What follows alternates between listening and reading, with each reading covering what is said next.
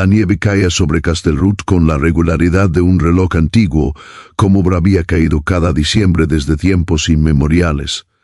Matías Holzer observaba los copos desde la ventana empañada de la oficina postal, sus manos manchadas de tinta sosteniendo una taza de café que se había enfriado hacía una hora. Afuera las montañas Schlern se elevaban como catedrales de piedra contra el cielo gris del Tirol del Sur, sus picos desapareciendo en la bruma invernal que anunciaba la Nochebuena. 68 años, pensó Matías, y todavía clasificaba correspondencia con la misma meticulosidad que cuando comenzó este trabajo a los 25, pero ahora las cartas llegaban con menos frecuencia. Las facturas eran computarizadas, las felicitaciones navideñas habían sido reemplazadas por llamadas telefónicas y el pueblo mismo se vaciaba año tras año, sus jóvenes emigrando hacia Bolzano, hacia Innsbruck, hacia cualquier lugar donde el futuro pareciera menos estrecho que estos valles alpinos. La oficina postal de Castelruth cerraría definitivamente el 6 de enero. Los burócratas en Roma habían decidido que un pueblo de 600 habitantes no justificaba el gasto. El correo se redistribuiría desde Suecia a 15 kilómetros de distancia. Matías había recibido la notificación en septiembre junto con los papeles de su jubilación forzosa, 37 años como cartero reducidos a un párrafo administrativo en papel membretado. Afuera, las campanas de la iglesia de San Valentino comenzaron a tocar las 4 de la tarde. Matías dejó la taza sobre el mostrador desgastado y se puso el abrigo grueso de lana. Tenía que hacer la última ronda antes de que oscureciera completamente. Solo quedaban 3 entregas, una revista agrícola para el viejo Hartmann, una carta del banco para ver la viuda Steiner y un paquete de Alemania para la familia Di Sertori. Se ajustó la bufanda y salió al frío cortante de diciembre. La nieve crujía bajo sus botas mientras caminaba por la Dorste, la calle principal del pueblo. Las casas de madera y piedra mostraban sus decoraciones navideñas. Coronas de ramas de pino en las puertas, velas eléctricas en las ventanas, pequeños belenes en los portales. Todo parecía sacado de una postal de los años 50, como si Castelruth hubiera decidido detenerse en el tiempo y esperar pacientemente a que el mundo moderno se olvidara de su existencia. Matías conocía cada casa, cada familia, cada historia. Había entregado cartas de amor que terminaron en matrimonios, notificaciones de muerte que desgarraron hogares, cartas de aceptación universitaria que vaciaron nidos familiares. Era el guardián silencioso de los secretos del pueblo, el hombre que sabía quién recibía demasiadas facturas, quién enviaba dinero a parientes lejanos, quién esperaba cartas que nunca llegaban. Pero en los últimos 15 años, desde que Greta murió, Matías había dejado de sentir que formaba parte de estas historias. Se había convertido en un observador distante, un funcionario mecánico que simplemente movía papel de un lugar a otro. Las cartas que entregaba no le concernían, las vidas que tocaban no eran las suyas. Había aprendido a no sentir nada, porque sentir significaba recordar, y recordar significaba enfrentarse al vacío que Greta había dejado cuando el cáncer se la llevó una fría mañana de febrero. Completó las 3 entregas en silencio. La viuda Steiner intentó invitarlo a tomarte como hacia cada Nochebuena. Y ver como cada año, Matías declinó cortésmente con la misma excusa. Tenía que terminar de cerrar la oficina. El viejo Hartmann apenas levantó la vista de su periódico. Los Di Sertori estaban fuera, así que dejó el paquete en el porche protegido. Cuando regresó a la oficina postal, el crepúsculo ya había tenido de violeta las montañas. Matías encendió la lámpara del escritorio y comenzó a ordenar los formularios finales, los sellos sin usar, los registros que tendría que entregar a las autoridades en Suecia. Era un trabajo tedioso, perfecto para no pensar. Pero entonces recordó el buzón de la iglesia. Era un detalle que había olvidado mencionar en su informe final. Hacía décadas, cuando el pueblo era más grande y más devoto, La iglesia de San Valentino tenía su propio buzón de madera empotrado en el muro exterior cerca del portal principal. La gente lo usaba para depositar cartas durante los domingos, cuando la oficina postal estaba cerrada. Matías lo vaciaba cada lunes por la mañana, pero con los años el buzón había caído en desuso. La última vez que encontró algo Ali había sido, ¿cuándo? 3 años atrás. 5 debería revisarlo una última vez, pensó. Por puro profesionalismo, por respeto a la tradición, se puso nuevamente el abrigo y caminó hacia la iglesia. La nieve había arreciado y los copos grandes flotaban en el aire como plumas de ganso. Las farolas del pueblo proyectaban círculos amarillos de luz que parecían islas en un mar de oscuridad creciente. A lo lejos escuchó voces cantando villancicos, probablemente los niños del coro preparándose para la misa de medianoche. La iglesia de San Valentino se alzaba en el centro del pueblo, su campanario gótico apuntando hacia el cielo como un dedo acusador. Matías había sido bautizado Ali. Se había casado Ali con Greta. Había adorado Ali en su funeral. El edificio contenía toda su vida marcada en momentos sacramentales que ahora parecían pertenecer a otra persona. El buzón estaba donde siempre había estado, medio oculto por la hiedra que trepaba por el muro de piedra. Era una caja simple de madera de roble tallada con motivos florales que el tiempo había suavizado hasta hacerlos casi irreconocibles. Matías sacó la llave maestra de su brevero y abrió la portezuela con un chirrido oxidado, vacío como esperaba. Pero entonces, cuando estaba a punto de cerrar, vio algo en las rendijas del fondo, un pedazo de papel arrugado, atascado entre las junturas de madera. Tuvo que meter la mano hasta el fondo para alcanzarlo y cuando lo sacó, vio que era un sobre pequeño manchado de humedad y nieve. No tenía estampilla, no tenía dirección del remitente, solo una frase escrita con letra infantil temblorosa en tinta azul que se había corrido ligeramente al niño Jesús, cielo. Matías sintió algo extraño en el pecho, una opresión que no había experimentado en años. Era absurdo, por supuesto. Los niños escribían cartas al niño Jesús todo el tiempo, especialmente en esta época del año. Pero había algo en esta carta que lo perturbaba. Quizás era el papel amarillento que sugería años de antigüedad. Quizás era la mancha de humedad en forma de lágrima en la esquina superior. Quizás era simplemente la soledad de encontrar una carta abandonada en su último día de trabajo, como si el universo le enviara un mensaje cifrado. Regresó a la oficina postal con el sobre en la mano. Lo colocó bajo la luz de la lámpara y lo observó durante largo rato. En 37 años como cartero, Matías había respetado escrupulosamente el secreto de correspondencia. Jamás había abierto una carta que no le estuviera dirigida.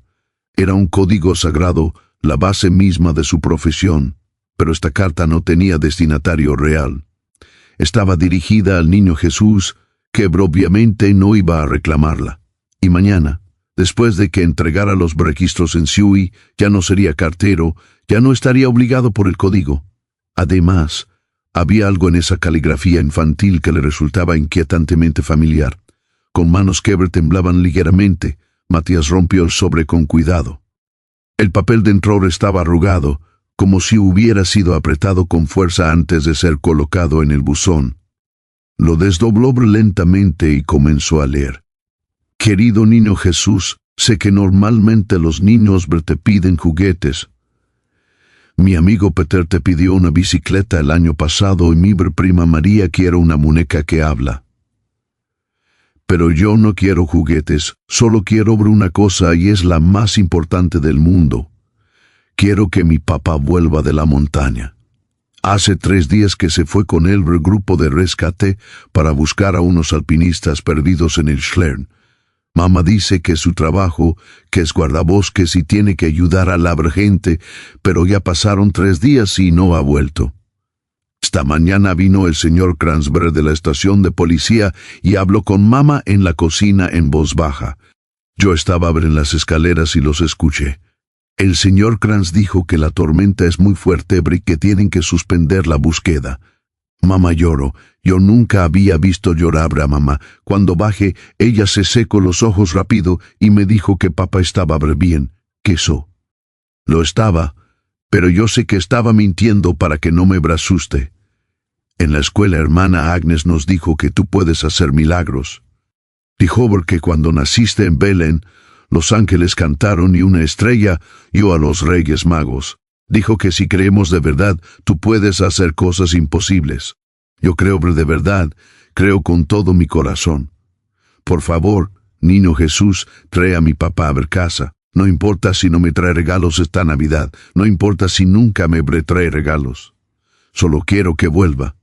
Mamá dice que si tienes fe puedes mover montañas, pero yo no quiero mover montañas.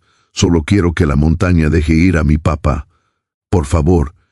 Tu amigo Jacob. La carta cayó de las manos de Matías y flotó hasta el suelo como una broja de otoño. Se quedó inmóvil mirando el papel sin verlo realmente, porque sus ojos estaban viendo otra cosa.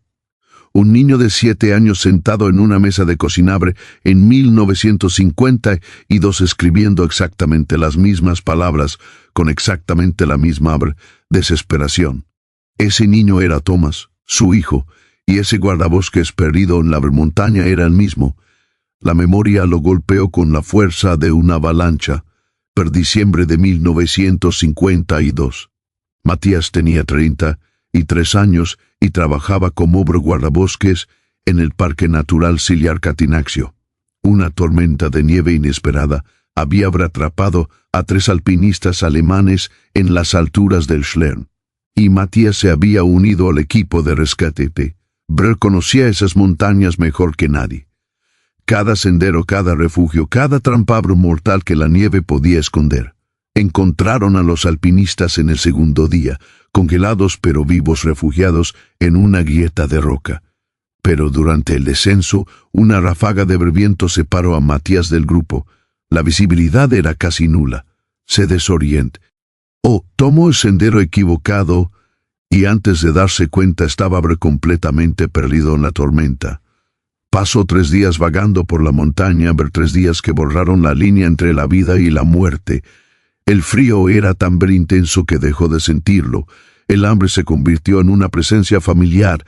Las alucinaciones comenzaron en la segunda noche. Veía a Greta llamándolo desde la niebla. Veía a Tomás corriendo por entre los árboles fantasmales. En el tercer día, cuando estaba seguro de que moriría, encontró una cabaña de pastor medio enterrada en la nieve. Adentro había un anciano con barba blanca que hablaba un dialecto arcaico del alemán bretiroles. El viejo lo alimentó con sopa caliente, lo envolvió en mantas de lana, le dio un lugar junto al fuego. Matías durmió durante horas, quizás días, flotando entre la conciencia y la inconsciencia. Cuando finalmente despertó con claridad, el anciano le dijo que la tormenta había pasado y que podía volver a casa. Le indicó el camino de regreso al pueblo y Matías, todavía débil, pero capaz de caminar, siguió sus instrucciones. Cuando llegó a Castelruth, Greta casi se desmaya al verlo. Tomás, que había pasado 3 días sin hablar, se lanzó sobre sus brazos llorando. El pueblo entero lo recibió como a un resucitado.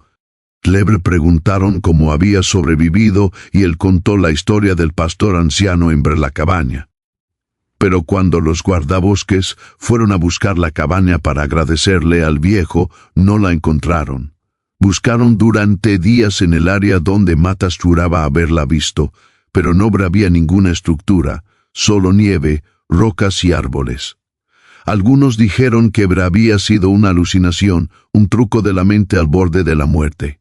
Otros, los más devotos, susurraron sobre ángeles y santos protectores. Matías nunca supo qué creer. Con el tiempo archivó la experiencia en algún rincón de su memoria y siguió adelante con su vida. Pero ahora, sosteniendo esta carta en sus manos, todo volvía con una claridad brutal. Nunca supo que Tomás había escrito una carta al niño Jesús pidiéndole que trajera a su padre de vuelta. Greta nunca se lo mencionó, probablemente porque funcionó.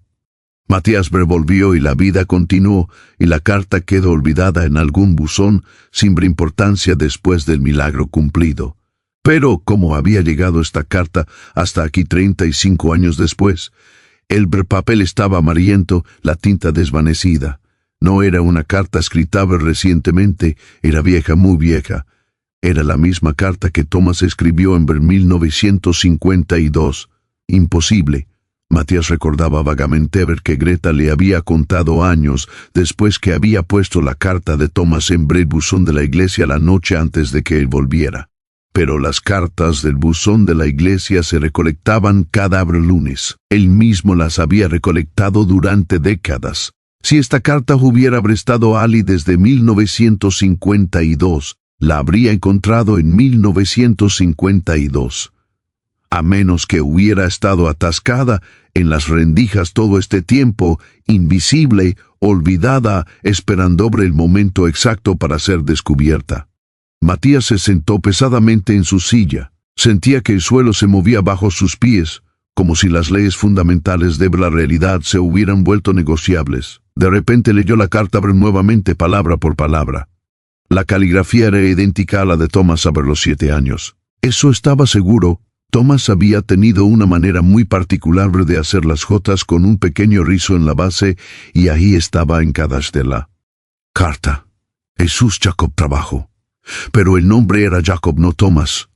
Podía haber otro niño ahora mismo, pasando por el mismo horror que Thomas pasó en 1952. Otro padre guardabosques perdido en las montañas. Otra madre intentando ser fuerte por su hijo mientras el terror le carcomía las entrañas. Matías se levantó bruscamente haciendo que la silla chirriara contra el suelo de madera.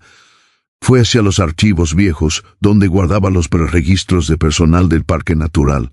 Sus manos temblaban mientras buscaba entre las carpetas polvorientas. Ali estaba Klaus Bergman, 41 años, guardabosques del Parque Natural Ciliar Catinaxio desde 2003. En la sección de información familiar, esposa Ana, 38 años, hijo Jacob, 8 años. Y en el margen con letra manuscrita de la Secretaría del Parque, una nota reciente fechada el 4 de diciembre de 1987, desaparecido durante operación de rescate en Schlern. Búsqueda suspendida el 8 de diciembre, pero oficialmente declarado perdido. Matías soltó la carpeta. Los papeles se esparcieron por el suelo, pero no se agachó a recogerlos. No podía moverse, pero no podía pensar. La historia se estaba repitiendo. Exactamente. Un guardabosques perdido en las montañas Schlern 3 semanas antes de Navidad. Un niño de 8 años escribiendo una carta desesperada al niño Jesús. Una madre tratando de mantener la esperanza mientras el mundo se desmoronaba. Pero esta vez no había final feliz programado. Klaus Bergman llevaba perdido más de 3 semanas.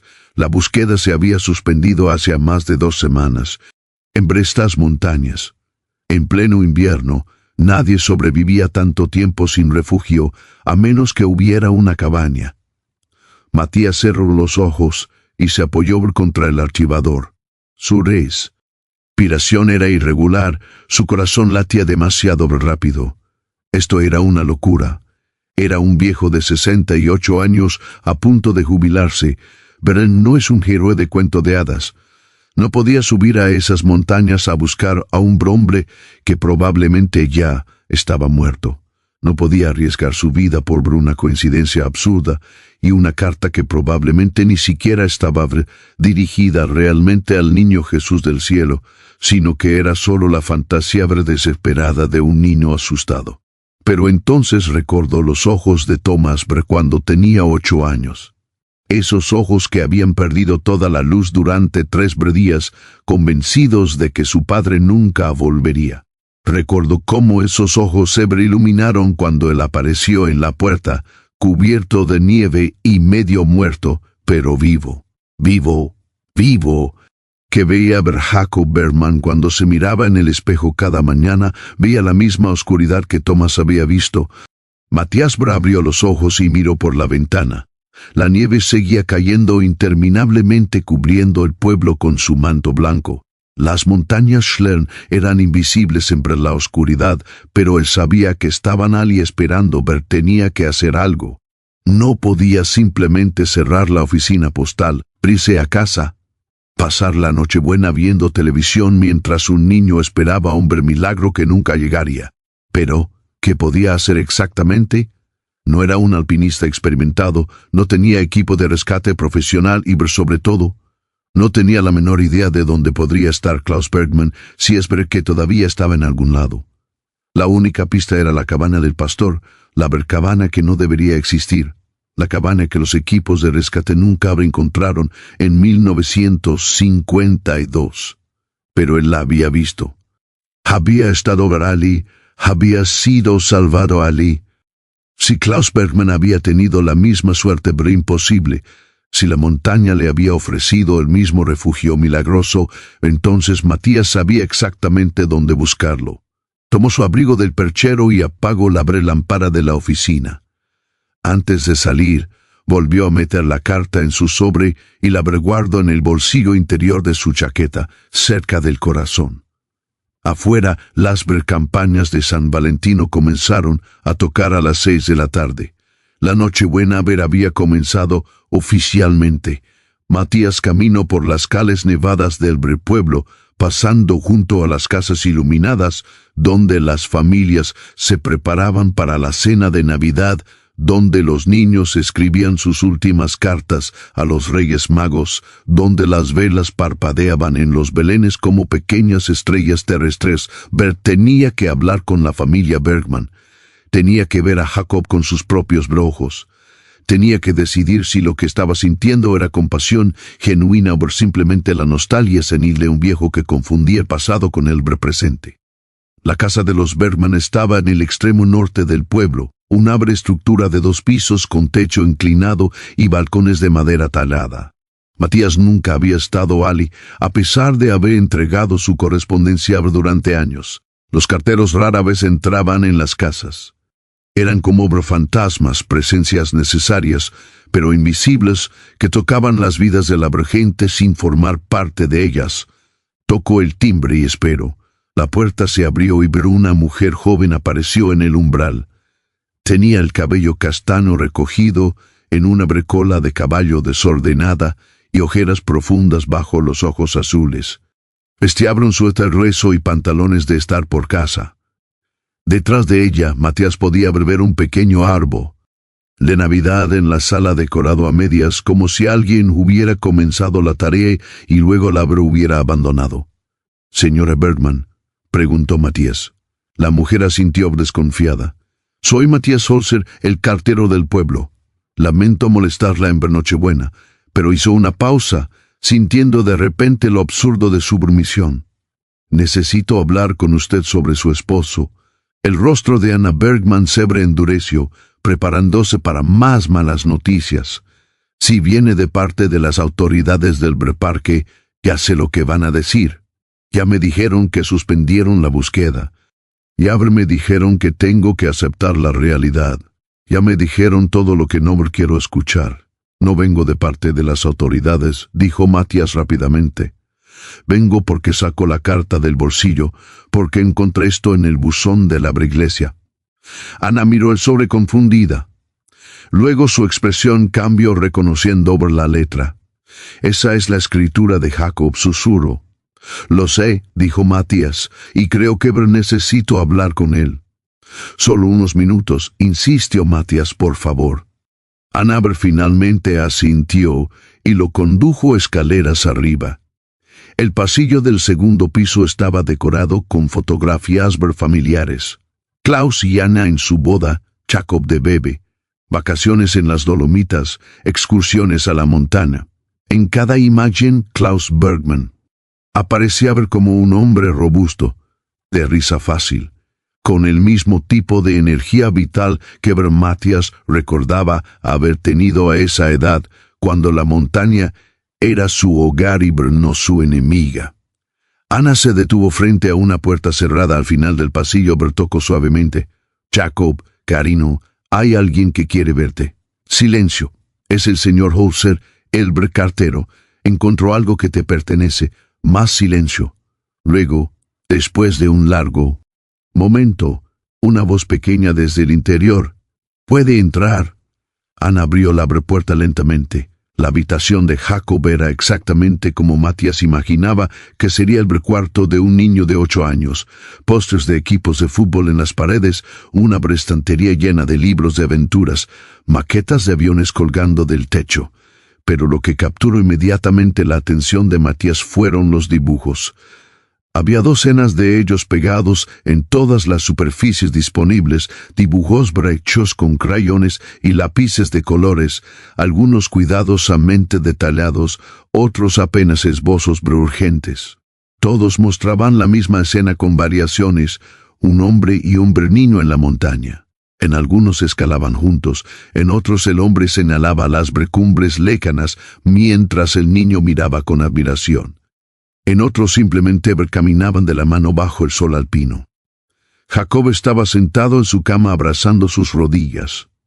Era un niño delgado, de cabello oscuro y ojos grandes que parecían demasiado viejos para su rostro.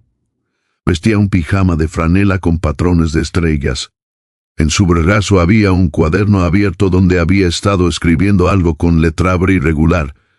Matías entró lentamente en la habitación como si temiera asustar a un animal herido. «Hola, Jacob», dijo con voz suave. «Soy Matías». El niño lo miró sin expresión. «Encontré tu carta en el buzón de la iglesia», continuó Matías sacando el sobre de su bolsillo. «La carta que escribiste al niño Jesús».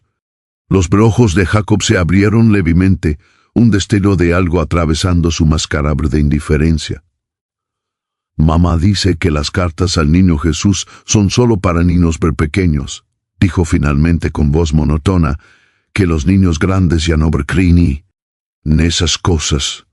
«Tu mamá está equivocada», respondió Matías sentándose en el borde de la cama con el permiso silencioso de una mirada a Ana. «Cuando yo tenía tu edad, también escribí una carta al niño Jesús». «Bueno, no la escribí yo, la escribió mi hijo, pero era la misma carta que tú escribiste». Jacob lo miró con más atención. Ahora su hijo pidió que su papá volviera de la montaña. «Exactamente eso. Yo era guardabosques como tu papá. Me perdí en una tormenta de nieve en el Schlern, en el mismo lugar donde tu papá desapareció. Estuve perdido 3 días. Todo el mundo pensó que estaba muerto, pero no lo estaba. ¿Cómo sobrevivió?», preguntó Jacob, su voz ganando un toque de urgencia. Matías vaciló. Esta era la parte difícil, la parte que nunca había sabido cómo explicar. «Encontré una cabana, una vieja cabana de pastor que nadie sabía que existía. Allí había un anciano que me dio refugio, comida y calor. Me salvó la vida y luego volvió a su casa. Sí. Cuando la tormenta pasó, el anciano me mostró el camino de regreso. Volví con mi familia justo a tiempo para Navidad». Jacob procesó esta información en silencio, sus ojos escaneando el rostro de Matías como si buscara señales de mentira.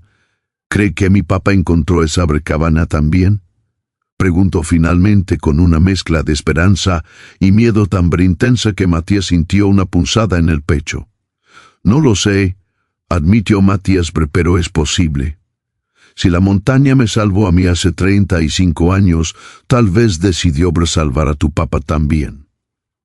«Los policías dicen que ya no hay esperanza», dijo Jacob, su voz volviéndose plana. «Otra vez dicen que nadie puede sobrevivir tanto tiempo en la montaña en invierno».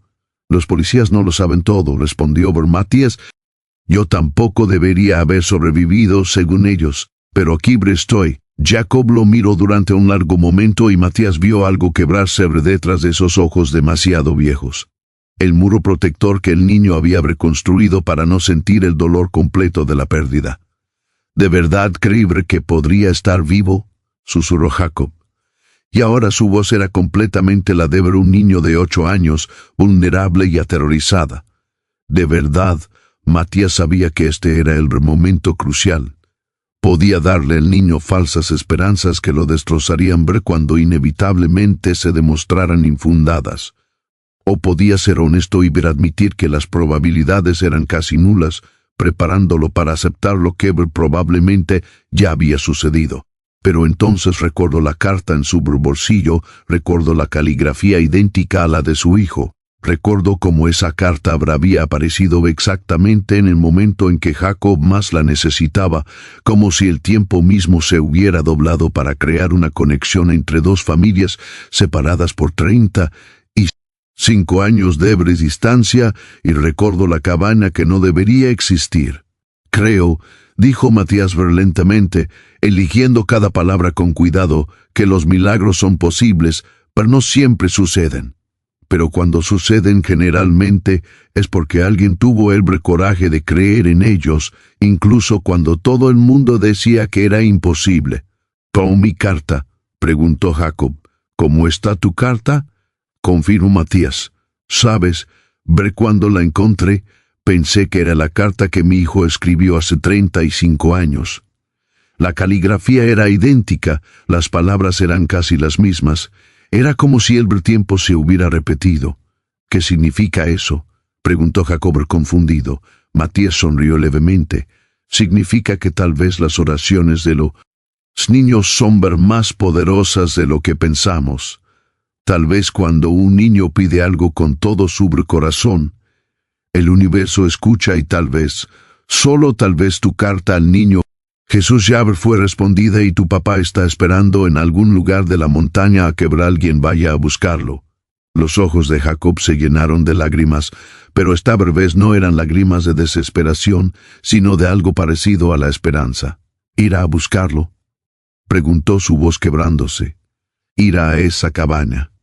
Matías sintió el peso de esa pregunta como una losa de piedra sobre sus hombros. No era solo una pregunta, era una súplica. Era la transferencia total de esperanza de un niño aterrorizado a un anciano que probablemente no tenía derecho a hacer promesas que tal vez no podría cumplir.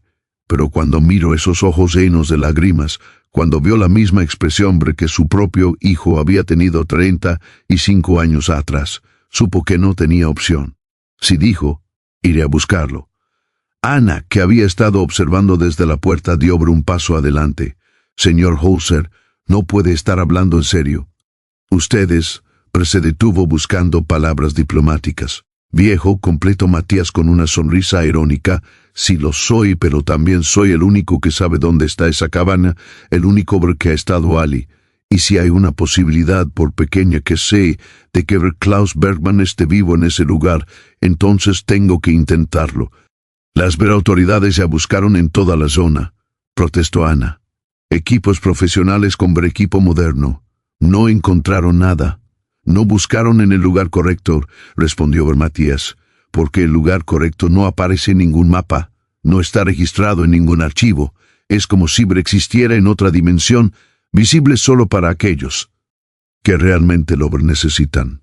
Ana lo miró como si hubiera perdido la razón, pero Jacob se había levantado de la cama y ahora estaba frente a Matías, sus pequeñas manos agarrando la manga del abrigo del anciano.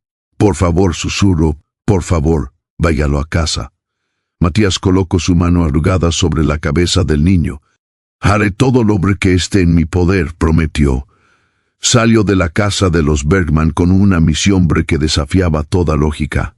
Las campanas de la iglesia marcaban las 7 de la noche. Tenía 5 horas antes de la misa de medianoche. 5 horas antes de que todo el pueblo se reuniera para celebrar el nacimiento de Cristo.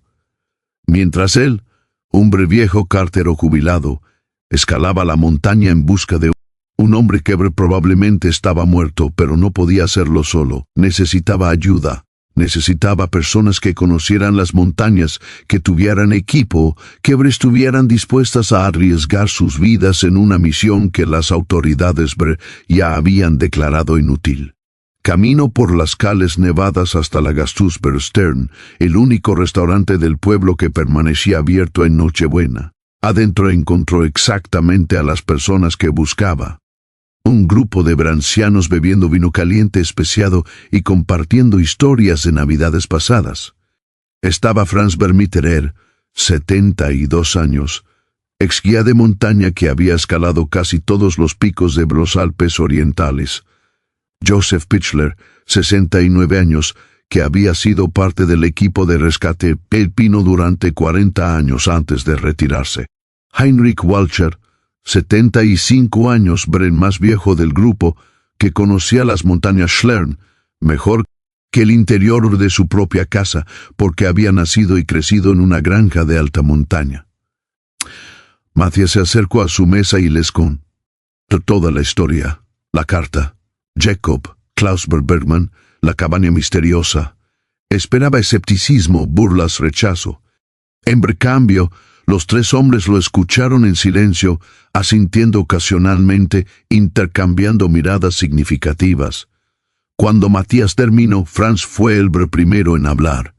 «Yo también estuve en esa cabaña», dijo simplemente. Matías lo miró sorprendido. «¿Qué? En el invierno de 1963, continuó Franz. Me perdí durante una tormenta cuando era joven y estúpido. Encontré una cabaña con un anciano que hablaba como si fuera de otro siglo. Me salvó la vida. Cuando volví con otros para agradecerle, la cabaña no estaba allí». Joseph asintió lentamente. Mi hermano mayor tuvo la misma experiencia en 1971. Nunca habló mucho de ello porque pensaba que la gente creería que había alucinado. Pero juro hasta el día de su muerte que un pastor anciano lo salvó en una cabaña que no debería existir. Heinrich bebió un sorbo de su vino antes de hablar. Hay historias sobre esa cabaña que se remontan a siglos atrás, dijo con voz grave. Mi abuelo me contó que en las montañas hay lugares que existen entre este mundo y el siguiente, lugares donde los ángeles cuidan de los perdidos. La mayoría de la gente no cree en esas cosas, pero aquellos que han estado allí saben la verdad. Matías sintió un escalofrío que no tenía nada que ver con el frío. Entonces, ¿me ayudarán? Subiremos a buscar a Klaus Bergman. Los tres hombres se miraron entre sí y Matías vio en sus ojos la misma determinación que sentía en su propio pecho. Eran viejos, sí, y sus cuerpos ya no eran los mismos que en su juventud, pero habían vivido lo suficiente como para saber que algunas cosas eran más importantes que la sensatez. Es Nochebuena, dijo Franz. Si no podemos hacer milagros en Nochebuena, ¿cuándo podremos? Pasaron la siguiente hora preparándose.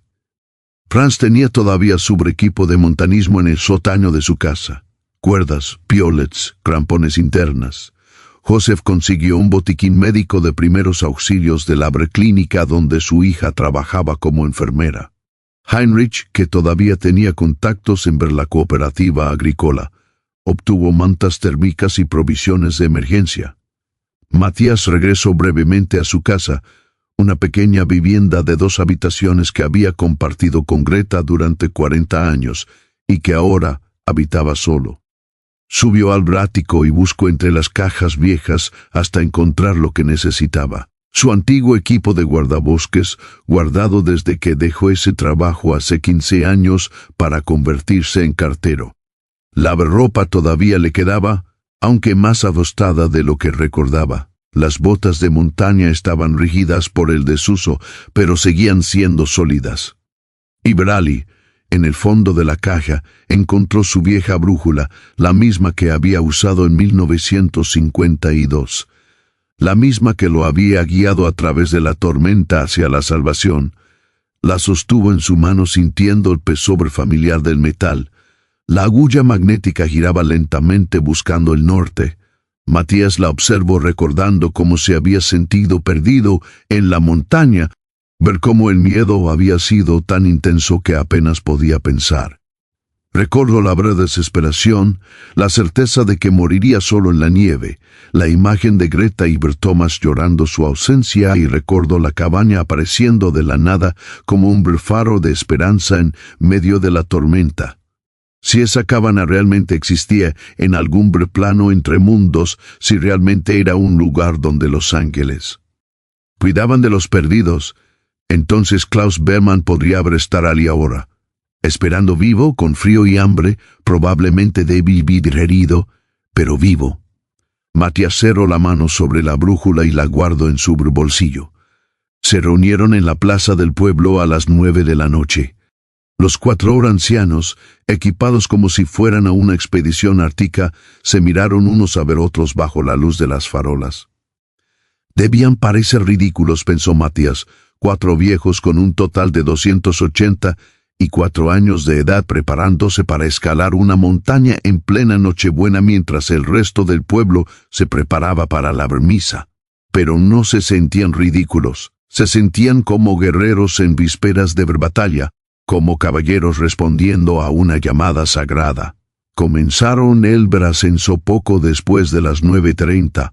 La ruta hacia las alturas del Schlerberg era bien conocida durante el día, pero de noche, cubierta de nieve y envuelta en niebla, se transformaba en un laberinto de sombras engañosas. Franz iba adelante usando su experiencia de décadas para identificar el camino seguro. Josef y Heinrich iban en el medio compartiendo el peso del equipo. Matías cerraba la marcha, su brújula en la mano, sintiendo un tirón extraño que no parecía venir de la aguja magnética, sino de algo más profundo. No hablaban mientras subían. El esfuerzo físico requería toda su concentración y además había algo sagrado en el silencio de la montaña nocturna que no querían romper. Solo se escuchaban sus respiraciones pesadas, el crujido de la nieve bajo sus botas y, ocasionalmente, el aullido distante del viento en las alturas. Después de 2 horas de ascenso, llegaron al área donde Klaus Bergmann había desaparecido. Según los registros oficiales, las autoridades habían marcado la zona con cintas reflectantes que ahora colgaban rotas y medio enterradas en la nieve. Más allá de ese punto, el terreno se volvía traicionero. Campos de nieve profunda, gritas ocultas, riesgo constante de avalanchas. Franz se detuvo y consultó su mapa topográfico con la linterna. Según los equipos de rescate, buscaron en un radio de 5 kilómetros desde este punto, dijo. No encontraron señales de Klaus Bergmann, ni rastros, ni equipo, nada. Porque buscaron en los lugares lógicos, respondió Matías. Tenemos que buscar en el lugar ilógico. ¿Y dónde está ese lugar?, preguntó Josef. Matías cerró los ojos y trató de recordar.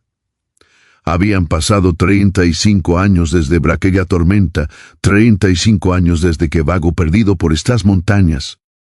Pero el trauma había grabado cada detalle en su memoria con claridad fotográfica.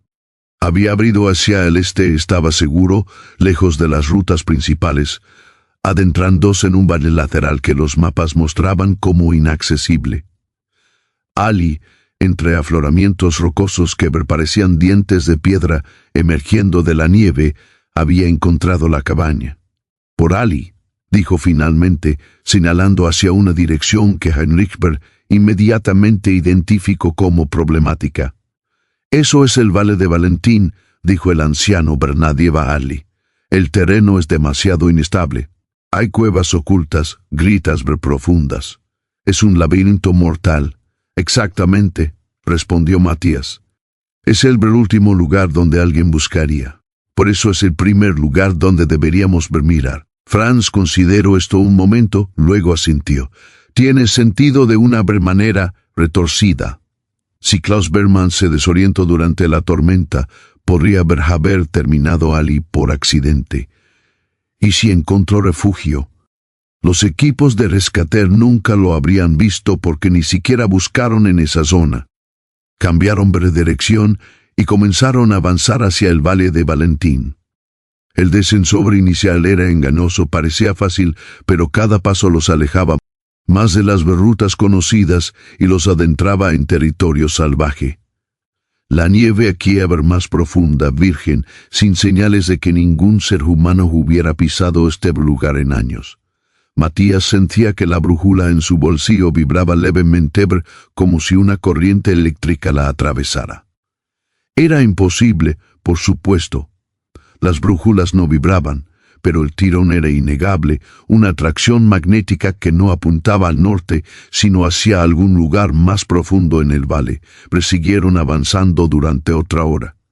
El esfuerzo físico estaba comenzando a cobrar su precio. Heinrich respiraba con dificultad, apoyándose pesadamente en su bastón de montaña.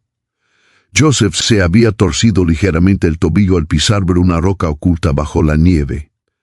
Franz, a pesar de su experiencia, mostraba signos de fatiga y Matías sentía que sus piernas de 68 años estaban cerca del límite. Pero entonces, cuando estaban a punto de admitir que tal vez habían sido demasiado ambiciosos, que tal vez debían regresar y esperar al amanecer, Matías vio algo que hizo que su corazón saltara. Humo. Una delgada columna de humo ascendiendo entre los árboles, apenas visible contra el cielo nocturno. Ali gritó señalando. Los 4 hombres se apresuraron hacia la fuente del humo, tropezando en la nieve, cayendo y levantándose, impulsados por una repentina oleada de adrenalina. Y Ali, escondida entre afloramientos rocosos, como si la tierra misma la hubiera vomitado, estaba la cabana. Era exactamente como Matías la recordaba, pero también completamente diferente. La estructura era la misma, madera antigua y oscura, techo de pizarra cubierto de musgo, una sola ventana pequeña desde donde brillaba la luz cálida de hombre fuego. Pero había algo en la forma en que existía en el espacio que desafiaba la lógica. No parecía completamente sólida, como si estuviera ligeramente fuera de fase con la realidad circundante. Franz se detuvo jadeando. Dios mío, susurró, es real, realmente existe. Matías se acercó a la puerta de la cabaña y tocó. El sonido resonó extrañamente, como si la madera fuera más antigua de lo que debería ser posible. Esperó su corazón latiendo tan fuerte que podía escucharlo en sus oídos. La puerta se abrió lentamente y Ali, apoyado contra el marco, pálido y demacrado, pero innegablemente vivo, estaba Klaus Bergman. Sus ojos se abrieron con sorpresa al ver a 4 ancianos frente a él, cubiertos de nieve y jadeando por el esfuerzo. Su voz cuando habló era apenas un susurro ronco. ¿Son reales o estoy alucinando otra vez? Matías dio un paso adelante y colocó su mano en el hombro del hombre más joven, sintiendo carne y huesos sólidos bajo sus dedos. Somos reales, dijo, y hemos venido a llevarte a casa. Tu hijo Jacob está esperando. Los ojos de Klaus se llenaron de lágrimas. Jacob, repitió como si el nombre fuera una oración. Dentro de la cabana encontraron exactamente lo que Matías esperaba. El anciano pastor, sentado junto al fuego, con la misma barba blanca y los mismos ojos que parecían ver a través del tiempo, no pareció sorprendido por la llegada de los 4 rescatadores. Simplemente asintió como si hubiera estado esperándolos. Sabía que ven. Driamber, dijo con su extraño dialecto arcaico. Las oraciones de los niños siempre son escuchadas, solo era cuestión de tiempo. Klaus Bergman les contó su historia mientras bebían té caliente que el anciano preparó. Se había desorientado durante una tormenta mientras buscaba ver unos excursionistas perdidos. El viento lo había separado de su equipo, la visibilidad era nula y de repente estaba solo en la montaña sin saber dónde estaba. Vago durante horas, sintiéndose cada vez más débil, hasta que tropezó literalmente con la cabaña. El anciano lo había cuidado durante 3 semanas, alimentándolo con sopa simple y pan negro, manteniéndolo caliente junto al fuego, curando sus heridas menores. Klaus había intentado varias veces dejar la cabaña y encontrar el camino de regreso, pero cada vez que lo intentaba, la tormenta arreciaba y lo obligaba a volver. Era como si la montaña no quisiera dejarme ir, dijo Klaus, como si tuviera que esperar el momento correcto. El momento correcto, repitió Matías pensando en la carta de Jacob, en cómo había aparecido exactamente cuando él necesitaba encontrarla. Sí, el momento correcto. Prepararon a Klaus para el descenso. Estaba débil, pero podía caminar con ayuda. El anciano les dio provisiones para el viaje. Pan, queso, una cantimplora de agua que parecía nunca vaciarse. Cuando estaban a punto de partir, Matías se volvió hacia el anciano. ¿Quién es usted realmente?, preguntó. ¿Por qué hace esto? El anciano sonrió y por un momento Matías vio algo en sus ojos que no era completamente humano, algo luminoso y antiguo. Soy solo un pastor, respondió. Cuido de las ovejas perdidas. Siempre lo he hecho, siempre lo haré. El descenso fue lento y difícil. Klaus necesitaba descansar cada pocos minutos y los 4 ancianos no estaban en mucha mejor forma. Pero había una determinación férrea en todos ellos, alimentada por la certeza de que estaban participando en algo milagroso. Llegaron al pueblo justo cuando las campanas de San Valentino comenzaban a tocar medianoche. La misa de Nochebuena estaba por comenzar. Las calles estaban vacías porque toda la población estaba en la iglesia. Pero mientras los 5 hombres entraban cojeando en la plaza, las puertas de la iglesia se abrieron y la gente comenzó a salir. Anna Berman fue la primera en verlos. Estaba de pie en los escalones de la iglesia con Jacob a su lado, preparándose para entrar a la misa.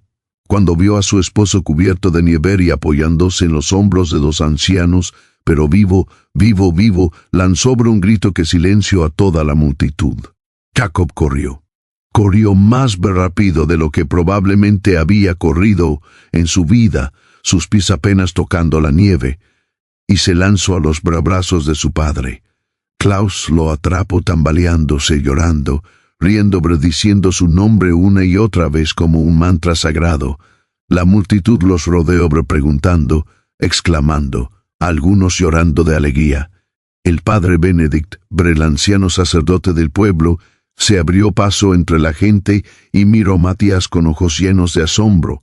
¿Cómo?, preguntó simplemente. Matías sacó la carta arrugada de Jacob de su bolsillo y se la mostró al sacerdote. Un niño escribió una carta al niño Jesús, dijo, y el niño Jesús respondió. La misa de medianoche esa noche fue diferente a cualquier otra que Castelruth hubiera experimentado. No fue una celebración rutinaria del nacimiento de Cristo. Fue un testimonio viviente de que los milagros todavía eran posibles, de que la fe podía mover montañas, de que las oraciones de los niños tenían un poder que los adultos habían olvidado. Matías se sentó en el último banco de la iglesia, exhausto hasta los huesos, pero con un sentimiento de paz que no había experimentado en 15 años. Miró hacia el altar donde el Belén tradicional mostraba al niño Jesús en su pesebre rodeado de María, José y los pastores, y pensó en otro pastor, uno que vivía en una cabaña imposible y cuidaba de las almas perdidas en las montañas. Después de la misa, cuando el pueblo se dispersaba hacia sus hogares para celebrar en privado, Jacob se acercó a ver Matías. El niño ya no tenía esa mirada vacía y antigua. Sus ojos brillaban con la alegría simple de un niño de 8 años que había recuperado a su padre. «Gracias», dijo Jacob abrazando al anciano cartero. «Gracias por creer en mi carta». Matías le devolvió el abrazo sintiendo lágrimas correr por sus mejillas arrugadas. «Gracias a ti por recordarme que vale la pena creer». Camino de regreso a su casa solo, sus pasos dejando huellas profundas en la nieve fresca. El pueblo dormía ahora, las luces de Navidad parpadeando en las ventanas como estrellas terrestres. Cuando llegó a su puerta, encontró algo inesperado esperándolo, un sobre blanco apoyado contra el marco. Lo recogió con manos temblorosas. No tenía remitente, pero reconoció la caligrafía inmediatamente. Era la letra de Tomás, su hijo, pero más madura. La escritura de un adulto. Abrió el sobre y leyó: «Papá, tuve un sueño extraño esta noche. Son que estabas en la montaña perdido en una tormenta, y yo era un niño pequeño rezando para que volvieras a casa. Pero en el sueño también eras ti, o quien estaba buscando a alguien más y yo era ese alguien más. No sé qué significa, pero me desperté con la certeza absoluta de que necesito volver a casa. Han pasado demasiados años. He usado demasiadas excusas. Mamá ya no está, lo sé, pero tú todavía estás allí y he sido un cobarde al mantenerme alejado. Llegar a Castelruth el 26 de diciembre. Pasaremos el resto de la Navidad juntos, como solíamos hacer cuando yo era niño». Con amor, Tomás Matías se sentó en los escalones de su casa, sosteniendo la carta contra su pecho, llorando abiertamente.